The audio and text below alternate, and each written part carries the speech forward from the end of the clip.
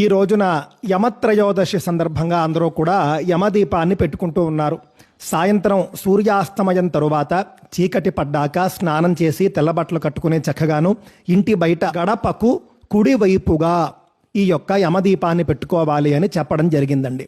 అంటే తూర్పు ముఖంగా ఉన్నటువంటి ఇళ్లకు గడప కుడివైపు అంటే ఒక రకంగా దక్షిణం వైపు కాబట్టి అని అలా చెప్పడం జరిగింది. అంతేకాదు దీపం తూర్పుకు చూస్తున్నట్లుగానే పెట్టాలి తప్ప దక్షిణానికి చూస్తున్నట్లు దీపం పెట్టకూడదు. దక్షిణం వైపు పెట్టాలి కానీ దక్షిణ ముఖంగా దీపాన్ని వెలిగించకూడదు అని చెప్పడం జరిగింది. చాలామంది మా ఇల్లు ఉత్తర ముఖంగా ఉంటుందని మేమేం చేయాలండి అన్నారు. న్యాయంగా అయితే ఇంటి వెనుక అయితే దక్షిణం ఉంటుంది, అక్కడ అవకాశం ఉంటే పెట్టవచ్చు.